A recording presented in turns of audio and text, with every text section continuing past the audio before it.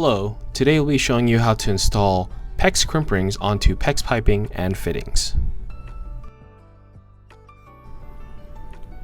First, you must cut the PEX Piping.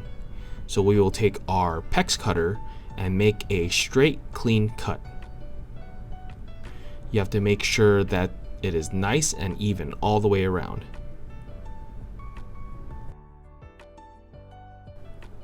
Next, you want to slide your PEX crimp ring onto the PEX piping. This right here is a copper crimp ring, and once you slide it on, you want to leave about 1/8 of an inch to 1/4 inch space between the ring and the end of the piping.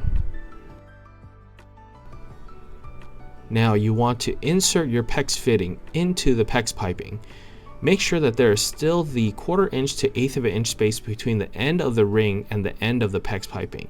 This will allow the ring some room to bite onto the barbs of the fitting. Now use your crimping tool to secure the ring onto the PEX piping and fitting.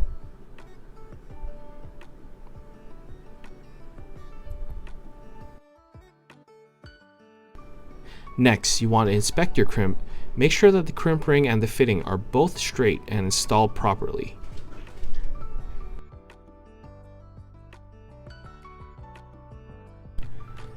Next, we need to test our crimp to make sure that it was done properly and securely.